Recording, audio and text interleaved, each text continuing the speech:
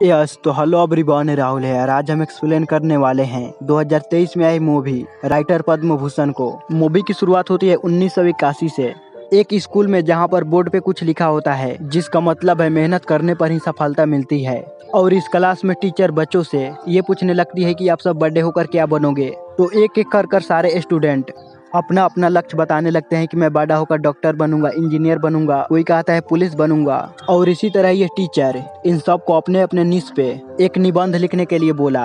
और इस बार लड़कियों ने बाजी मार ली। जिसके बाद कहानी आती है प्रेजेंट टाइम में, जहाँ पर हम लोग इस कहानी का लीड कैरेक्टर पद्मा भूषण, जो कि पैशन से एक राइटर था, अपने बारे में बताता है कि मैं अपने माँ बाप का इकलौता बेटा हूँ। मेरे माँ बाप मुझे बहुत प्यार करते हैं और मैं किताबों से काफी ज्यादा प्यार करता हूँ। दरअसल पद्मा भूषण अपने नाम के सामने राइटर देखना चाहता है और सारे लोग इसे राइटर पद्मा भूषण के नाम से जाने, यही इसका उद्देश्य होता है। अब भूषण एक लाइब्रेरी में असिस्टेंट के तौर पे काम करता रहता है। और हाल ही में पद्मा भूषण ने एक किताब लिखी है जिसका नाम है पहला कदम, मगर इसका किताब कोई नहीं खरीदता। और पद्मा भूषण दिन में ही सपने देखते रहता है कि मैं एक दिन बहुत ही ज्यादा पॉपुलर हूँगा, मेरी किताब हर जगह पे बिकेगी और मेरा ऑटोग्राफ लेने के लिए काफी ज्यादा भीड़ जमी होगी, और पता नहीं वो दिन कब आएगा। अब भूषण अपने किताब को लोगों के सामने ले जाने के लिए काफी ज्यादा जुगाड़ करता है। और जो कोई भी शख्स लाइब्रेरी आता किताब लेने के लिए, तो मौका देकर पद्म भूषण अपनी लिखी गई किताबों को उन किताबों के बीच में डाल देता। भूषण का एक बेस्ट फ्रेंड होता है जिसका नाम होता है सुमित्री। और भूषण अपनी लिखी गई किताबें इसके भी सैलून में रखा होता है, ताकि बाल काटवाने वाला जब भी इनके दुकान में आए तो वो इन किताबों को पढ़ सके, मगर कोई इस किताब को पढ़ता ही नहीं। और इसी तरह भूषण ने 4 लाख रुपयों का कर्ज लिया इन किताबों को छपवाने के लिए। इसकी किताबें तो नहीं बिकी, मगर ये हर महीने उन रुपयों का कर्ज भरते रहता है। और भूषण को पैसे दिलवाने वाला सुमित्री ही होता है। यहाँ से भूषण एक किताब की दुकान पे जाता है, यानी कि भूषण ने अपनी कुछ किताबें इस दुकान पर भी रखी होती है। और हर रोज इस दुकानदार के पास आकर इसे पूछता है कि मेरी किताबें आज कितनी बिकी, मगर इसकी किताबें एक भी नहीं बिकी होती। अगले सीन में हम लोग पद्म भूषण के माँ बाप को देख पाते हैं, मधुसूदन राव और सरस्वती। मधुसूदन एक क्लर्क होता है और सरस्वती एक हाउसवाइफ। भूषण के माँ बाप भूषण पे काफी ज्यादा भरोसा करते हैं कि ये अपनी जिंदगी में कुछ बड़ा हासिल करेगा। मगर बात यहाँ पर यह है कि भूषण अपनी किताब के बारे में अपने माँ बाप को नहीं बताया होता कि मैंने एक किताब लिखी है। और भूषण इस किताब के बारे में सिर्फ अपने दोस्त को ही बताया होता है। और इस वक्त भूषण ये सोचता है कि अच्छा हुआ जो अपने माँ बाप को इस किताब के बारे में नहीं बताया, वैसे भी ये किताब बिकी तो नहीं। अगले दिन पद्म भूषण एक जुगाड़ लगाता है और वहाँ फ्री टाइम में अपने दोस्त के दुकान पे जाता है। वहाँ पर जो कस्टमर आते हैं उन्हें जानबूझकर ये अपना किताब देते रहता है। और इसी तरह जहाँ पर भी इसे कहीं गाड़ी दिखती उसमें अपनी किताब को रख देता। अब 2 दिन बाद लाइब्रेरी की किताबें वापस करने के लिए एक बूढ़ा आदमी आता है। और भूषण इन किताबों में अपनी किताब को ऐसे ही घुसा दिया था। तो भूषण उस बूढ़े आदमी से पूछता है कि आपको ये किताबें कैसी लगी, आपने इसे पढ़ा।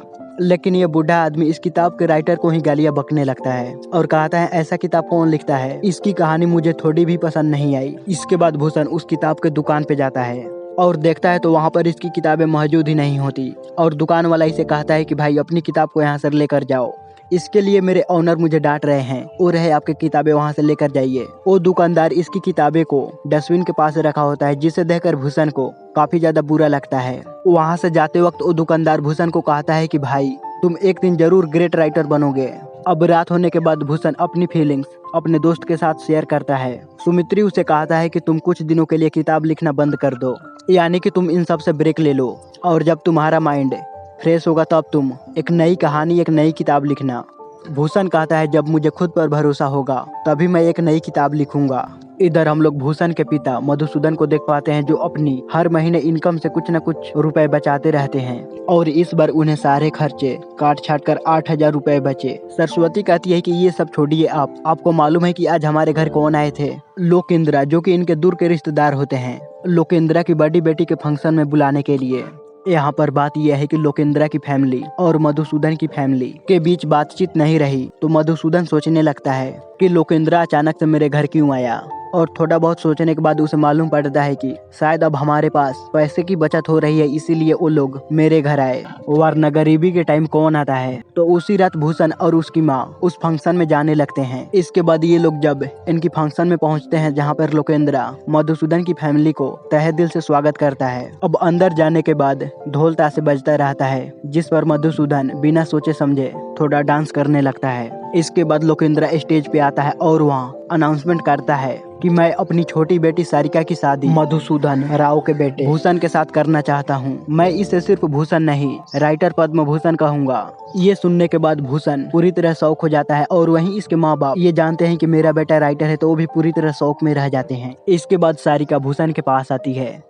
सारिका भूषण के किताब के बारे में काफी ज्यादा तारीफ करने लगती है। लोकेंद्रा भी भूषण के किताब के फैन हो चुका होता है। इसी बीच सारिका भूषण के किताब में उसका ऑटोग्राफ मांगने लगती है। इस किताब को देखने के बाद भूषण खुद शौक में रह जाता है कि मैंने ये किताबें कब लिखी, और इस किताब के फ्रंट पेज पे इसका नाम और इसका फोटो भी मौजूद होता है। सारिका भूषण के ब्लॉग के बारे में बात करने लगती है कि आपके ब्लॉग में सारे एपिसोड की स्टोरी माइंड ब्लोइंग है। उसी वक्त भूषण अपने घर जाता है और अपने कंप्यूटर से उस ब्लॉग को देखने लगता है तो सच में इसके नाम पर एक ब्लॉग होता है और इस ब्लॉग पे काफी सारी कहानियां मौजूद होती है। अगले दिन लोकेंद्रा भूषण की फोटो न्यूज़पेपर की फ्रंट पेज पे छपवाकर उसकी किताब की पब्लिसिटी करने लगता है, जिसकी वजह से इसकी किताब की बिक्री बढ़ जाती है और भूषण की तारीफ लाइब्रेरी में भी होने लगती है कि आपने क्या स्टोरी लिखी, हमने उस किताब को पढ़ा, बहुत मजा आया। इसके बाद भूषण अपने दोस्त से मिलता है और उसे पुलिस कंप्लेन करने की बात करता है कि कोई शख्स मेरे नाम को यूज कर इतना पब्लिसिटी कैसे कर सकता है। लेकिन सौमित्री भूषण को समझाने लगता है कि ऐसे मौके बार बार नहीं मिलते। देखो, झटके में तुम्हारी लाइफ सेट हो गई, तुम्हारी शादी फिक्स हो गई, तुम फेमस भी हो गए और कर्जे भी तुम्हारे उतर गए। लाइफ में ऐसे मौके बार बार नहीं मिलते, जब मिलते हैं उसी वक्त इसका इस्तेमाल कर लेना चाहिए। और वो किताब का दुकानदार भी भूषण के पास आकर उससे ऑटोग्राफ मांगने लगता है। अब भूषण भी इन सारी वाकया को देखकर इन सब को एक्सेप्ट कर लेता है। अगले दिन सारिका भूषण से मिलने के लिए लाइब्रेरी आती है और कहती है हम दोनों बाहर जाकर थोड़ा बात कर सकते हैं, जिस पर भूषण ऐसा जताने लगता है कि जैसे मानो उसे ढेर सारी काम करनी हो और बाइक रखने पर भी ये ऑटो का इंतजार करता है। तब सारिका बाइक से ही चलने की बोलती है। अब ये दोनों एक पार्क में आते हैं। सारिका भूषण से कहने लगती है कि अब हमारी शादी तय हो चुकी है और आगे हम दोनों की शादी भी हो जाएगी और जब तक हमारी शादी ना हो जाए हम दोनों एक लवर की तरह रह सकते हैं, यानी कि मेरा भी एक विश है कि मेरा भी एक बॉयफ्रेंड हो, मैं उसके साथ घूमूं फिरूं, रोमांटिक बातें करूं, रात भर फोन से बातें करूं। ये सुनने के बाद भूषण भी हाँ कर देता है, क्योंकि इसकी जिंदगी में अब तक एक भी लड़की नहीं थी और ये अपना सारा समय अपनी कहानी लिखने में देता था। सारिका कहती है अब तो हम दोनों लवर हैं तो तुम मुझे प्यार से सारी ही बुलाओ, और तुम्हारा नाम भूषण है ना तो मैं तुम्हें भू कर बुलाऊंगी। जिस पर भूषण कहता है तुम्हारा नाम तो ठीक है लेकिन मेरा नाम गाली जैसा लगता है, तुम मुझे भूषण ही कहकर बुलाओ। अब अगले दिन भूषण नहा धोआ कर थोड़ा सज धज कर सारिका के घर के बाहर इंतजार करता है। अब इसके बाद ये दोनों थोड़ा बहुत घूमते हैं, जिस बीच सारिका भूषण को कहती है कि क्यों ना हम दोनों एक फिल्म को देखने चले, और कहती है अगर किंग कॉन्ग की मूवी हो तो बहुत अच्छा होगा। इसके बाद ये दोनों सीट बुक करते हैं और इस मूवी को देखने के लिए जाते हैं। अब मूवी के बीच थिएटर की लाइट चली जाती है। सारिका भूषण को हिंट्स देने लगती है कि भूषण इस सिचुएशन में हमें क्या करना चाहिए। भूषण कहता है मुझे मालूम है सारी, मुझे क्या करना चाहिए, मगर इस सिचुएशन में अगर तुम गुस्सा करेगी तो। सारिका कहती है मैं कुछ नहीं करूंगी बाबा, मैं बोल रही हूँ ना। इसके बाद भूषण थिएटर वालों को ऊपर चिल्लाने लगता है कि हम इस तरह से कब तक बैठेंगे, जल्दी से कोई मूवी प्ले करो। मगर इस वाकया को देखने के बाद सारिका कुछ और समझने लगी थी। अब सारिका पूरी तरह गुस्से से भर जाती है और भूषण सारिका को गुस्से भरे देख कहता है मुझे मालूम था तुम गुस्सा करने लगोगी। इसके बाद भूषण उस ब्लॉग में उस कहानी को पढ़ते रहता है और इन सारी कहानियों को पढ़कर भूषण खुद शौक में रह जाता है। इसके बाद कुछ हफ्तों बीतने के बाद भी इस ब्लॉग पे कोई कंटेंट नहीं आता है। सोचने लगता है कि आखिर इस शख्स ने लिखना क्यों बंद कर दिया, क्या कोई समस्या आई होगी और ये शख्स है कौन। अगले दिन भूषण अपने दोस्त से मिलता है और कल के इंसिडेंट्स के बारे में बताने लगता है और कहता है कि सारिका के पापा को सच्चाई मालूम पड़ गई कि वो किताबें वो ब्लॉग मैं नहीं लिखता। जिसके बाद लोकेंद्र भूषण के घर आकर इसकी फैमिली को अनाप शनाप बकने लगा कि भूषण धोखेबाज है और दूसरी की कहानियां को अपनी कहानी बता रहा है। और इस सच्चाई को जानने के बाद सारिका भी मुझसे रिश्ते तोड़ ली। ये सब कहते हुए भूषण अपने दोस्त को कहता है कि अच्छा हुआ ये एक सपना था, अगर ये सच होता तो पता नहीं मेरा क्या हाल होता। इसके बाद भूषण और सुमित्री ये ठान लेते हैं कि हम किसी भी तरह कर उस राइटर का पता लगा कर रहेंगे कि अचानक से वो शख्स लिखना क्यों बंद कर दिया। तो ये लोग उस शख्स को पता लगाने के लिए जो जो सामान की जरूरत होती है उन सब चीजों को खरीद कर घर लाते हैं। इन सारी चीजों को खरीदने के बाद भूषण को ये नहीं समझ आता कि आगे हम क्या करें। उसी रात भूषण सारिका से मिलता है और उसे हिम्मत कर कर सारी सच्चाई के बारे में बताता है कि वो किताबें, वो ब्लॉग मैंने नहीं लिखा। हालांकि मैं एक राइटर हूँ, मगर वो सब मैंने नहीं लिखा। ये सच्चाई जानने के बाद सारिका भूषण से नफरत करने लगती है और कहती है कि तुमने ये सच्चाई मुझे पहले क्यों नहीं बताई। भूषण कहता है, सारिका मुझे डर था कहीं तुम मुझसे दूर न हो जाओ। अगले दिन भूषण अपने रूम में बैठकर यही सोच रहा होता है कि मैं उस राइटर को कैसे पकड़ूं। भूषण भगवान को तो नहीं मानता था, मगर वह इस सिचुएशन में भगवान के सामने आकर हाथ जोड़ने लगता है। उसी वक्त भूषण की माँ भूषण को चाय ला कर देती है और गलती से उनके हाथ कीबोर्ड पे पड़ती है तो कहती है, ये क्या भूषण, तुमने अपनी नंबर लिखने की जगह किसी दूसरे के नंबर को क्यों लिखा। यानी कि ब्लॉग के राइट साइड में उस राइटर का फोन नंबर लिखा होता है। उसी वक्त भूषण उस नंबर पे कॉल लगाता है और तब उसे मालूम पड़ता है ये नंबर कन्ना नाम की लड़की की है। इसके बाद सारिका का फादर भूषण के घर आकर उनसे पूछने लगता है कि मैंने सुना है कि ब्लॉग पे कोई कंटेंट नहीं आ रहा है, जिस पर भूषण बहाने बनाते हुए कहता है कि मैं एक नई किताब की कहानी लिखने में व्यस्त हूँ। अब भूषण के घर सारिका आई होती है और भूषण सारिका को यही कहने लगता है कि आज रात मैं काकीनाडा जा रहा हूँ उस राइटर के बारे में पता लगाने के लिए। और जब भूषण काकीनाडा जाने के लिए बस में जाकर बैठता है तो पहले से ही उस बस में सारिका मौजूद होती है और अगली सुबह ये दोनों उस नंबर के एड्रेस पे पहुंच जाते हैं और वहां का माहौल दिखने पर इन्हें मालूम पड़ता है कि शायद यहाँ पर किसी की शादी हो रही है। उस शादी में ये दोनों किसी भी तरह कर कन्ना को पकड़ लेते हैं और भूषण उसे पूछने लगता है कि तुमने मेरे नाम पर किताब क्यों लिखा और ब्लॉग भी स्टार्ट कर दिया, मगर उस पे कंटेंट डालना क्यों बंद कर दिया। जिस पर कन्ना कहती है कि मैं एक राइटर बनना चाहती थी, मगर हमारे घर में रूल्स और रेगुलेशन कुछ अलग ही हैं, इसलिए मैंने सोचा कि कोई ऐसा राइटर को पकड़ूं जो कि स्ट्रगलर हो, नाम उसका होगा मगर चारों तरफ मेरी कहानियों की चर्चा चलेगी। इसके बाद भूषण और सारिका कन्ना को बताने लगते हैं कि तुम अपनी अगली किताब की कहानी लिखो, अगर तुम कहानी लिखोगी तभी हम दोनों की शादी होगी, क्योंकि मेरे पापा ने मेरी एंगेजमेंट उसी दिन रखा जिस दिन भूषण की किताब लॉन्च होगी। कन्ना कहती है, मैं ये किताब नहीं लिख सकती, तुम जो ये शादी देख रहे हो ये मेरी बड़ी बहन की हो रही है और शादी के बाद मैं अमेरिका चली जाऊंगी, और इसकी वजह से कन्ना किताब लिखने से मना कर देती है।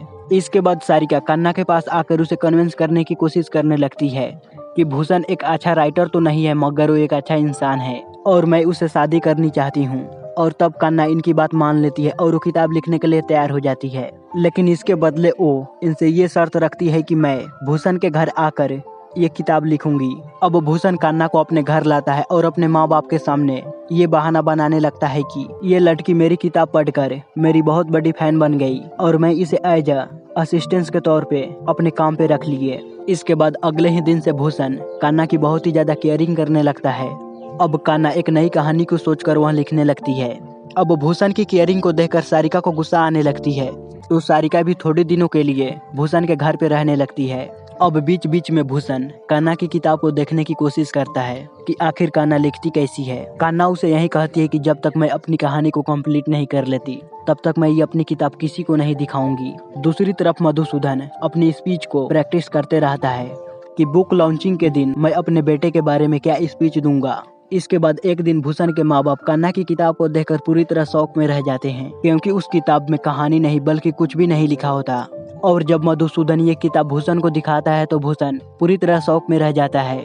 और तब कन्ना बताती है कि मेरे माँ बाप मुझे यूएस भेजना चाहते थे और इसीलिए मैं आप लोगों के साथ आ गई। और कन्ना यह भी कबूल करती है कि मैं राइटर वाइटर कुछ नहीं हूँ। अब इनकी बातें सुनने के बाद भूषण की माँ को साफ मालूम पड़ जाती है कि उस किताब को भूषण ने नहीं लिखा।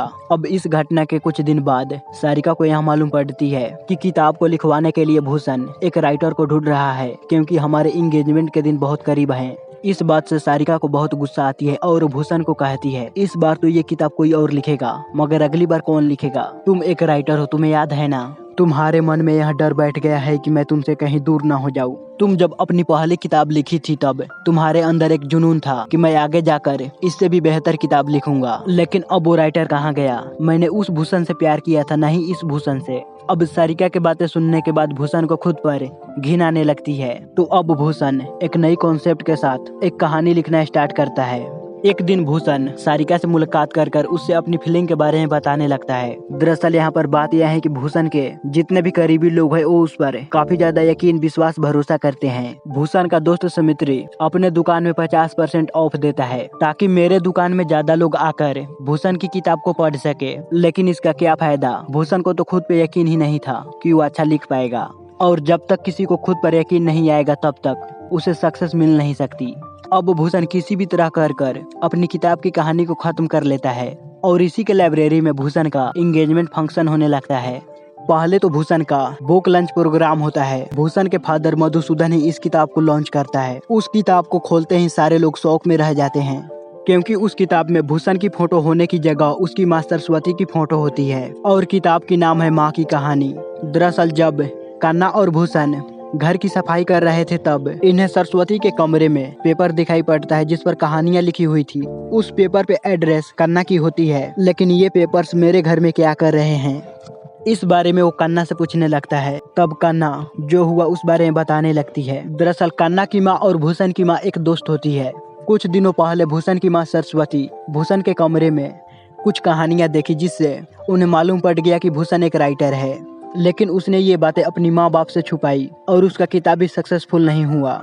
इसीलिए सरस्वती ने ठान लिया कि मैं भूषण के नाम पे किताब लिखकर उसे पब्लिश करूंगी, और वहीं पे कन्ना की होने की वजह से ये कहने लगती है कि हम ब्लॉग भी क्रिएट करेंगे। अब ये किताब काकीनाडा में पब्लिश होने की वजह से उस पर एड्रेस काकीनाडा का था, और इस तरह से सरस्वती ने कहानी लिखना स्टार्ट की। यानी कि एक हाउसवाइफ कहानी लिखते हुए किस तरह अपने पति, अपने बेटे और अपने घर की ख्याल रखी।